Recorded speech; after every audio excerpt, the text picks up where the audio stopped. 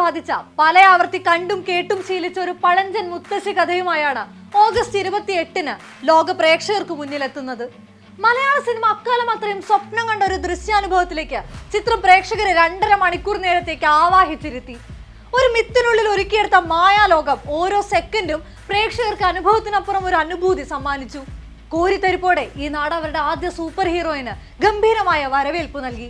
അവളുടെ പവറുകളിൽ ആവേശം പൂണ്ടു, അവളുടെ ക്ഷതങ്ങളിൽ നീച്ചൽ അനുഭവിച്ചു, അവളുടെ തിരിച്ചടികൾ സ്വവിജയമായി കണ്ട് ആർപ്പു വിളിച്ച് ആർമാദിച്ചു. ആ പരലോകക്കാരിക്ക് ഇന്ന് ഈ നാട്ടിൽ എതിരാളികളില്ല. ഒരു ലൂസിഫറിനു മുകളിൽ അവൾ അവളുടെ സ്ഥാനം കണ്ടെത്തിയിരിക്കുന്നു. മലയാള സിനിമ അടക്കി വാഴാനാവുന്നോളം കരുത്തോടെ അതിനുച്ചിയിൽ ഒരു കാവലാളായി സ്ഥാനം ഉറപ്പിച്ചിരിക്കുന്നു. ലോകയ്ക്കും ചന്ദ്രയ്ക്കും ഇന്ന് ഒരു നൂറ്റാണ്ടോളം പഴക്കമുള്ള മലയാള ഇൻഡസ്ട്രിയുടെ അമരത്വമാണ് അബ്സല്യൂട്ട് സുപ്രീമസി.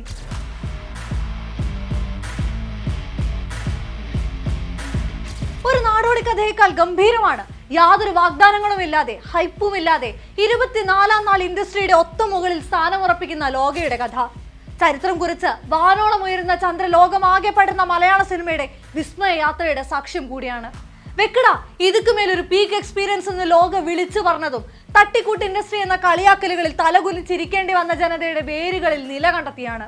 മലയാള സിനിമ കണ്ട ഏറ്റവും വലിയ പ്രീ റിലീസ് ഹൈപ്പോടെ എത്തിയ മോഹൻലാൽ പൃഥ്വിരാജ് ചിത്രം എമ്പുരാനെയും കടത്തിവിട്ടി ലോക. 267 കോടിയുടെ ആഗോള നേട്ടം. കേരളത്തിൽ നിന്നും മാത്രം 100 കോടി നേടി മോഹൻലാൽ ചിത്രം തുടരുമിട്ട റെക്കോർഡ് വെട്ടിവീഴ്ത്താൻ വെറും 20 കോടിയുടെ ദൂരം മാത്രം ബാക്കി. തമിഴ്, തെലുങ്ക്, ഹിന്ദി, കന്നഡ എന്നീ ഭാഷകളിലായി രാജ്യത്ത് നിന്ന് 150 കോടിക്കും മീതെ ലോക കൊയ്തു. അനുഷ്ക നായികയായി എത്തിയ തെലുങ്ക് ചിത്രം അരുന്ധതിക്കും ആലിയ ഭട്ടിനെ കേന്ദ്ര കഥാപാത്രമാക്കി കരൺ ജോഹർ ഒരുക്കിയ റാസിക്കുമാണ് കല്യാണി പ്രിയദർശൻ തന്റെ വെറും 15ാം ചിത്രം കൊണ്ട് ചെക്ക് വെച്ചത്. സൗത്ത് ഇന്ത്യൻ സിനിമാ വ്യവസായത്തിലെ തന്നെ ഏറ്റവും വലിയ ഫീമെയിൽ ലീഡിംഗ് ഹിറ്റ്. ഒരു ലോകം തന്നെ ഒരുക്കി വെച്ചാണ് ഡൊമിനിക് അരുൺ എന്ന സംവിധായകനും ശാന്തി ബാലചന്ദ്രൻ എന്ന സഹ എഴുത്തുകാരിയും ഓണവിരുന്നൊരുക്കി പ്രേക്ഷകരെ തിയേറ്ററിലേക്ക് ക്ഷണിച്ചത്. ഒട്ടും പ്രതീക്ഷാഭാരമില്ലാതെ തിയേറ്ററിലെത്തിയ കാഴ്ചക്കാർക്ക് വീണ്ടും വീണ്ടും ആ ലോകത്തേക്ക് കടന്നു ചെല്ലാനും അതിൽ ഇഴുകിച്ചേരാനും കൊതിപ്പിച്ചതാണ് അതിലെ വിജയക്കൂട്ട്. ചിത്രം അതിന്റെ ഭാഗമായ ഓരോരുത്തരുടെയുമായി തീർന്നു എന്നതാണ് സംവിധായകൻ തന്നെ കണ്ടെത്തിയ ഫോർമുല.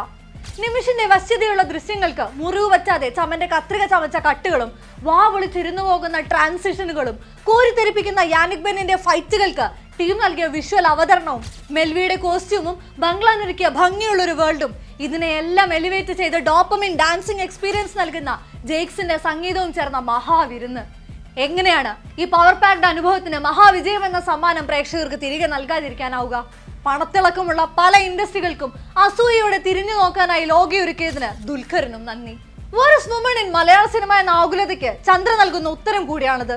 സൂപ്പർ സ്റ്റാറിനു മുകളിൽ ഇൻഡസ്ട്രിയുടെ തലപ്പത്തവളുണ്ടെന്ന അടയാളപ്പെടുത്തൽ. എണ്ണം പറഞ്ഞ ക്യാമിയോകൾ ലോകയെ പവർഫുൾ ആക്കുന്നുണ്ടെങ്കിലും ദുൽഖർ പറഞ്ഞതുപോലെ ഇത് ടീം ചന്ദ്രയുടെ മാത്രം വിജയമാണ്. അടിച്ചമർത്തലുകളിൽ ഉയർപ്പോയൊരു നായികയുടെ ഇഹലോകത്തെ ഉയർത്തെഴുന്നേൽപ്പാണ്. നരഭാവനകളെ ധിക്കരിച്ചിറങ്ങിയൊരുത്തിയുടെ നേട്ടമാണ്. She's the Queen of Malayala cinema. ചരിത്രം ലോകയെയും ചന്ദ്രയെയും അങ്ങനെ കുറിച്ച് കടന്നു പോകട്ടെ.